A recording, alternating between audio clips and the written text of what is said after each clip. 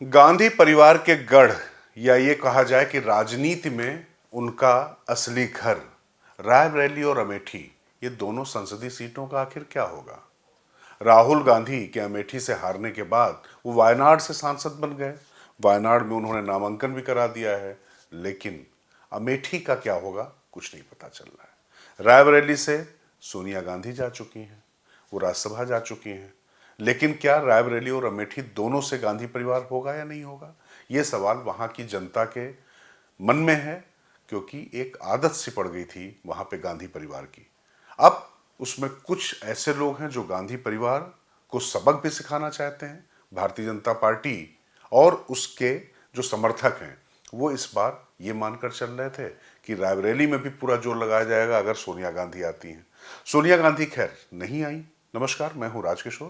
बुलंद भारत टीवी पर इन दोनों हाई प्रोफाइल सीटों पर बात करने का मकसद ये है क्योंकि सोनिया गांधी के दामाद प्रियंका गांधी के पति रॉबर्ट वाड्रा ने एक बार फिर से एक चैनल को इंटरव्यू देते हुए कुछ सनसनी सी फैला दी है।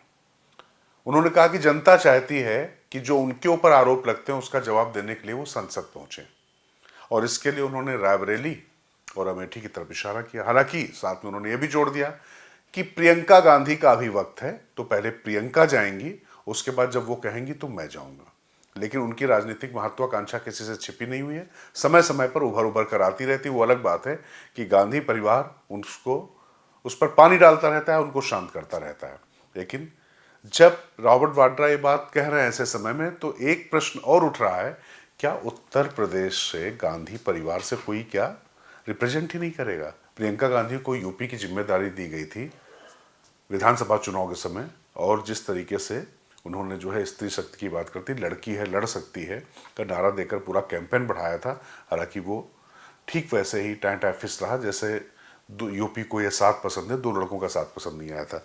लेकिन ये दोनों सीटें जो गांधी परिवार का गढ़ मानी जाती रही हैं, तो अमेठी में तो प्रियंका गांधी के लड़ने की एक बार चर्चा आई। ये हुआ कि प्रियंका जाएंगी अमेठी में और राहुल लड़ेंगे रायबरेली से।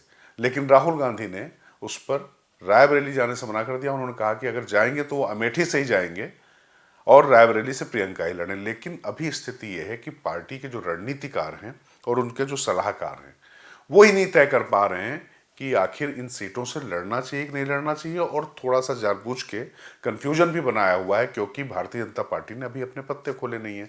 अमेठी में तो तय है, लेकिन अमेठी में किसको लड़ाना है इसको लेकर अभी भी कांग्रेस की तरफ से कुछ तय नहीं हो पा रहा, और रायबरेली को लेकर तो प्रश्न खड़ा ही हुआ है।